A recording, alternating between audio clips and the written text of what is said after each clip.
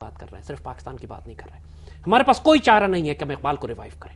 اقبال کو ہم پڑھیں, ان کو سمجھیں, ان کو اپلائیڈ اقبال کو صرف تھیوریٹیکل ڈائمینشنز میں نہیں, کیونکہ اقبال جس پاکستان کی یا جس مسلم دنیا کی بات کرتے ہیں, جس نظام نو کی بات کرتے ہیں, میں بہار یا نظام نو بہار کی بات کرتے ہیں کہ میں ایک ایسے دور کی پیداوار ہوں, ایسی نو بہار کی میں پیدا ہوا ہوں, وہ ڈائمینشنز اقبال کی اتنی فیسنیٹنگ ہیں کہ یقین کیجئے کہ میڈیوکر انٹلیکٹ, ایک جمود, ایک تقلید کو صرف فالو کرنے والا اقبال کو سمجھ ہی نہیں سکتا ہے. You have to be ignited within to understand what Iqbal. یعنی وہ ظاہر جذبہ سب سے پہلے پیدا ہو, اس جذبے کے بغیر کوئی عمل نہیں ہو سکتا. وہ جو اقبال کہتا ہے نا کہ خدا تجھے کسی طوفان سے آشنا کر دے کہ تیرے بحر کی موجوں میں اضطراب نہیں, جب تک وہ اضطراب کی کیفیت نہیں آتی وہ اقبال کی شاعری جو ہے آپ کے اترتی نہیں. جہاں آئی جن قوموں میں, اب دیکھیں اندازہ کریں میں تاجکستان ہے, ازبکستان ہے. اب اقبال کا جو شعر سب سے زیادہ پاپولر جو گانوں میں وہ از خواب گراں خواب گراں خواب گراں خیز, کہ اٹھو اس کیا نیند پہ سوئے ہوئے ہو تم لوگ. اور آپ سوچ سکتے ہیں کہ علامہ اقبال کی جو ساری کی ساری شاعری ہے وہ ایک خاص طرف لے کے جاتا. میں تو کبھی کبھی سوچتا ہوں کہ ایک سید الانبیاء صلی اللہ علیہ وسلم سے جو ان کا عشق ہے نا, اس عشق نے ساری چیزیں. جواب شکوہ کو لوگ ایک عام سی نظم سمجھتے ہیں, میں اسے نعت سمجھتا ہوں. آپ دیکھیں کہ پینٹنگ جب کرتے ہیں تو آپ فائنل سٹروکس لگاتے ہیں تو پینٹنگ چمک اٹھتی ہے. افسانہ لکھتے ہیں تو آپ آخری 4 فقرے آتے ہیں, فنیشنگ ٹچز, تو آپ کو پورا افسانہ کھل کے سامنے آتا ہے. نظم کا بھی آخری ہوتا ہے. شکوے کا جو فلو ہے وہ ایک شعر پہ آ کے رکتا ہے کہ کی محمد سے وفا تو نے تو ہم تیرے ہیں, یہ جہاں چیز ہے کیا لوح قلم تیرے. اور وہیں سے وہ ان کی وہ ساری کی ساری انسپریشن بنتی ہے, وہیں سے. اور قرآن کو جس طرح آپ حیران ہوں گے کہ آخری دنوں میں انہوں نے تمام کتابیں بانٹ دی تھی, اور جب کوئی بڑے بڑے فلسفے کا سوال اٹھاتا تھا وہ ان کے پاس وہ قرآن پاک کھولتے تھے اور وہ اس کو بتاتے تھے کہ یہ اس میں سے یہ جواب ہے. اور لوگ حیران. خودی کے بارے میں بہت بڑے کانسیپٹ کہا جاتا ہے کہ علامہ اقبال نے خود ہی جو ہے وہ سپر مین سے لیا, یہ لیا, وہ لیا, پتہ نہیں کہاں سے. تو نذیر نیازی صاحب لکھتے ہیں کہ میں ان کے پاس گیا آخری دنوں میں کہ خود ہی آپ نے کہاں سے لی. تو کہتے کل آنا. تو کل سورہ تغابن کھولی ہوئی تھی, اور سورہ حشر کھولی ہوئی تھی, 20ویں آیت ہے کہ جو اللہ تعالیٰ جو اللہ تعالیٰ سے غافل ہو جاتے ہیں, اللہ تعالیٰ انہوں نے اپنے نفس سے غافل بھلا دیتا ہے اللہ تعالیٰ حضرت موسیٰ کے حوالے سے. سبحان. اور وہی کیفیت ہے جو اقبال نے, اور وہ یہ آتی ہے سر. ایک تو اللہ تعالیٰ, اقبال جو تھے نا بنیادی طور پر روحانی طور پر بہت گائیڈڈ لوگوں میں سے تھے.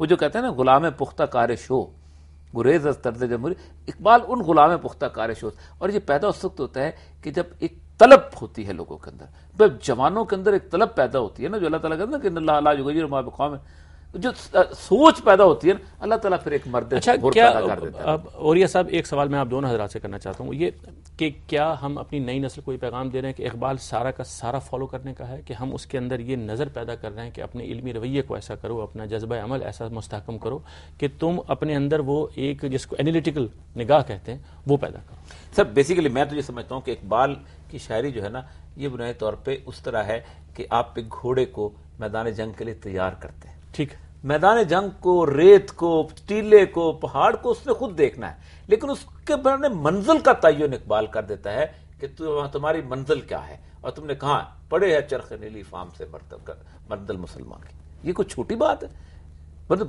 ستاروں پہ جو ڈالتے ہیں کمل, یہاں تم نے جانا ہے. یعنی مقصد کو اس درجے واضح کر دیتے ہیں کہ اور موٹیویٹ کر دیتے ہیں کہ آپ لامحالہ اس کی طرف دوڑے جاتے ہیں. اقبال کا سب سے خوبصورت کمال جو ہم دیکھتے ہیں کہ آپ کو فزکس سے میٹا فزکس کی طرف لے کے جاتے ہیں. جب تک اسپرچول ڈائمنشن نہ ہو تیرے وجود پہ ہو, نہ جب تک نزول کتاب, نہ گرہ کشا ہے رازی, نہ صاحب کشاف. اب جو مرضی فقہ اور انٹلیکٹ کی بات کر لیجئے, جب تک قرآن نازل نہیں ہوگا آپ سے.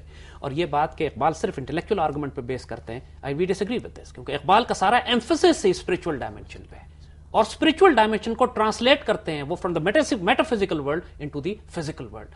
اور جب تک کہ نوجوان نسل, ہم اقبال کے کسی کلام میں کوئی ڈسٹنکشن نہیں کریں گے, لیکن پہلے یہ کہیں گے کہ ان کی شاعری پڑھو, اردو اور Farsi, because that is the one جو آپ میں اسپرچول ڈائمنشن پیدا کرتی ہے, جو کیپیسٹی دیتی ہے, جو ویژن دیتی ہے, جو نگاہ دیتی ہے, جو بیداری پیدا کہ آپ کرتی ہے, انٹلیکچوئل آرگومنٹ پہ جا کے اپنے پریگمیٹک دنیاوی مسائل کو حل کر سکے.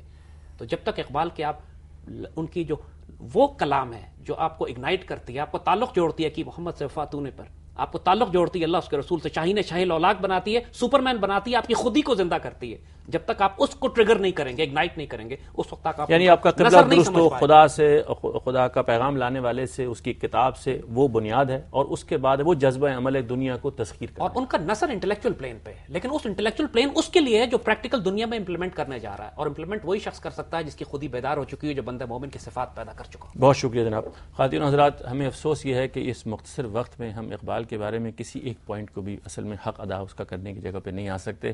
میں اپنے مہمانوں کا انتہائی شکر گزار ہوں، زاہد حامد صاحب آپ کا، اور یہ مقبول جان صاحب آپ کا، کہ آپ کی گفتگو سے ہماری ناظرین نے اقبال کے بارے میں شناسائی حاصل نہیں کی ہوگی، بلکہ وہ جذبہ عمل بھی حاصل کیا ہوگا، جس سے ہم اس قوم کو تبدیل کرنے کے لیے اپنے اندر کوئی نہ کوئی جذبہ آج پیدا کرنے کے شاید قابل ہو گئے ہوں. خواتین و حضرات، اجازت دیجیے. خدا حافظ.